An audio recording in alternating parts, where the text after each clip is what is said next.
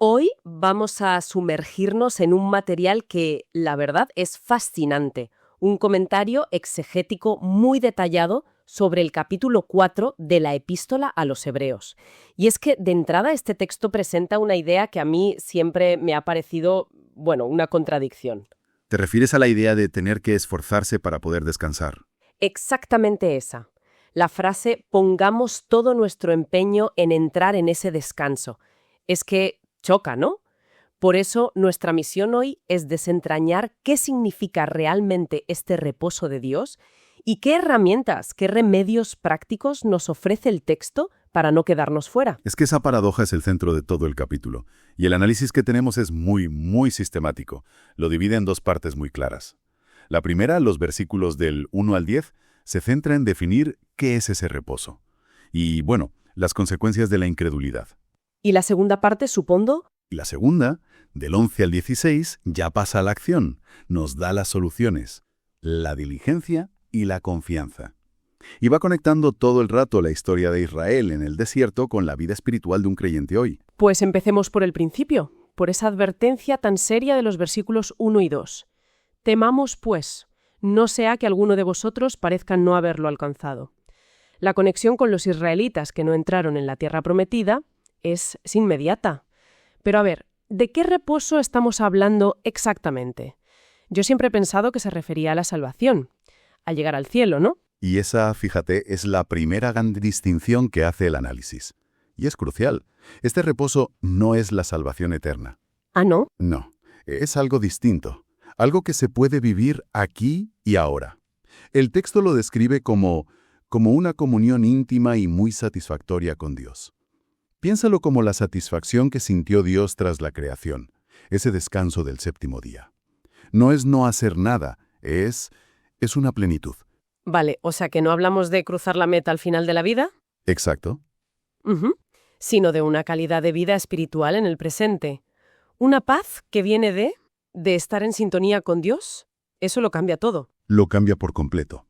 Y, hablando de cambiar el enfoque, el análisis del versículo 2 revela un detalle del texto original que es una bomba. Muchas traducciones dicen algo como que la palabra no les sirvió por no ir acompañada de fe en los que la oyeron. Suena lógico, pero... ¿Pero no es exactamente así? No es exactamente así. Los manuscritos griegos más fiables dicen algo un poco distinto y mucho más específico. Espera, eso me descuadra. Yo siempre había asumido que el problema fue que todo el pueblo, como un bloque, no creyó en la promesa que escuchó. ¿Qué matiz se nos escapa? El matiz está en a quién no se unieron. La lectura más precisa es, por no estar unidos con la fe a los que escucharon. Entonces la pregunta es, ¿quiénes fueron los que escucharon y sí creyeron? Pues supongo que el pequeño grupo que sí confió. Justo. Se refiere al núcleo de fe, Moisés, Josué y Caleb. Ellos escucharon la promesa y la creyeron. La incredulidad del resto no fue, digamos, una falta de fe genérica, sino una negativa a alinearse con la fe de sus líderes en esa promesa concreta. Ah, o sea que la clave no era tener una fe abstracta, sino el valor de creer en esa promesa en ese momento. Es mucho más práctico y, sinceramente, mucho más difícil. Claro, implica una acción de unirse a la fe visible. Y a partir de ahí, el autor de Hebreos sigue construyendo el argumento. A pesar de esa incredulidad masiva, la promesa de Dios no caducó, siguió en pie. Y la prueba que da es que si Josué, al meterlos en Canaán, les hubiera dado el reposo definitivo, no tendría sentido que David, siglos después, escribiera «Si oyereis hoy su voz». Claro, David habla de otro día, un hoy que seguía vigente, lo que demuestra que el reposo va más allá de un trozo de tierra. Exacto. Es de naturaleza espiritual. Vale, entonces, la pregunta del millón. Si es espiritual, ¿en qué consiste? El versículo 10 dice que el que entra en el reposo también ha reposado de sus obras como Dios de las suyas. ¿Qué significa eso de reposar de sus obras? ¿No hacer nada? No en absoluto. Y aquí el análisis es muy claro. No es descansar de cualquier obra, sino de las obras propias. Las obras propias. Sí, las que hacemos desde nuestro ego, con nuestros planes, con nuestras fuerzas y para nuestros fines. El comentario hace un paralelismo muy bueno entre el creyente carnal, que funciona por su cuenta, y el espiritual, que aprende a dejar que sea Cristo quien obre a través de él. Eso me resuena muchísimo. Es la sensación de agotamiento, pero no por trabajar mucho, sino por la ansiedad de tener que controlarlo todo. El verdadero cansancio es el del ego. Has dado en el clavo. Es un descanso que nace de una satisfacción total en la obra que Cristo ya hizo. Es llegar a un punto de confianza tan profundo que desaparece esa necesidad de añadir algo nuestro, de justificarnos. Es confiar de verdad en que su obra es suficiente. De acuerdo, entiendo la meta. Ese reposo, que es dejar de actuar por nuestra cuenta para actuar en sintonía con Dios. Pero, siendo sincera, suena un poco pasivo. ¿Cómo evitamos caer en la apatía o en la incredulidad como los israelitas? Supongo que el texto nos da alguna herramienta, ¿no? Por supuesto. Y aquí es donde entra de lleno la paradoja que mencionabas. La primera herramienta es, precisamente, la diligencia. El versículo 11 dice: procuremos, pues, con diligencia entrar en aquel reposo. Ahí está, diligencia, esfuerzo. Pero si venimos de hablar de descansar de nuestras obras, ¿cómo puede ser? La paradoja es solo aparente. Y el comentario que manejamos usa una ilustración que a mí me parece genial. Imagina una cañería conectada a una gran toma de agua. La diligencia no consiste en generar el agua. El agua es el poder de Dios que fluye. ¿Vale? La diligencia es el esfuerzo constante de mantener la cañería limpia, bien conectada, sin fugas, sin atascos. Es un empeño activo en quitar de en medio nuestras obras propias para que el poder de Dios pueda fluir. Ah, es como si el esfuerzo no fuera para producir, sino para mantener el canal abierto. Un esfuerzo de rendición, no de conseguir algo. Es la mejor forma de decirlo. Un esfuerzo para no caer, como dice el texto.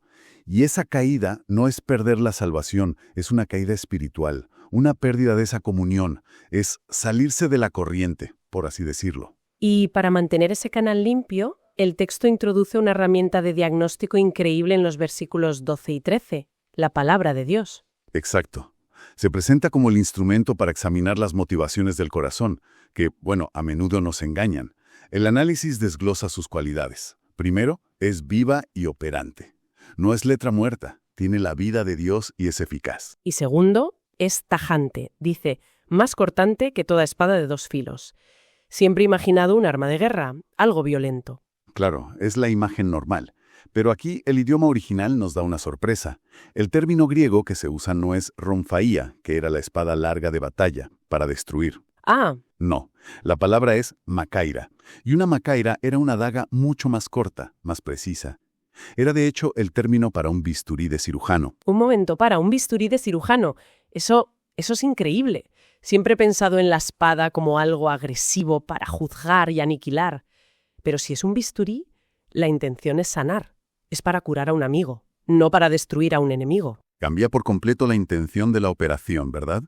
Y esta precisión quirúrgica nos lleva a su tercera cualidad. Es penetrante y discerniente. Penetra, dice, hasta partir el alma y el espíritu. Llega a lo más profundo y actúa como un juez de los pensamientos. La palabra griega para discierne es críticos. ¿De dónde viene crítico? De ahí viene. Separa, analiza, juzga las motivaciones más ocultas. Y el resultado de esta cirugía espiritual es que nos deja desnudos y abiertos ante los ojos de Dios. Es una imagen potentísima. Es brutal. Y el comentario sugiere que para la audiencia original judía podía evocar una escena muy concreta.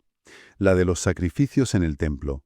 Los animales eran desollados y abiertos en canal, y el sacerdote inspeccionaba cada órgano buscando el más mínimo defecto.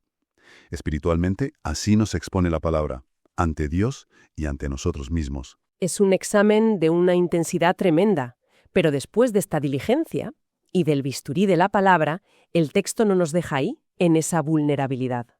Introduce el segundo remedio, la confianza. Así es, y no es una confianza ciega, tiene un fundamento muy sólido.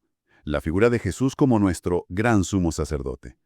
El autor lleva ya varios capítulos demostrando que Jesús es superior a los ángeles, a Moisés. Él sí puede introducirnos en el reposo de verdad. Y el núcleo de esa confianza está en el versículo 15, ¿no? Porque no tenemos un sumo sacerdote que no pueda compadecerse de nuestras debilidades. La palabra compadecerse es clave, pero ¿la usamos tanto? ¿El griego original tiene algún matiz especial? Lo tiene, y es fundamental. La palabra es simpatezai, de donde viene nuestra simpatía. pero su significado literal es sufrir con, padecer juntamente con. No es una lástima desde la distancia, es una comprensión empática forjada en la experiencia. Por eso dice que fue tentado en todo, pero sin pecado. Significa que pasó por cada tentación que una persona puede enfrentar.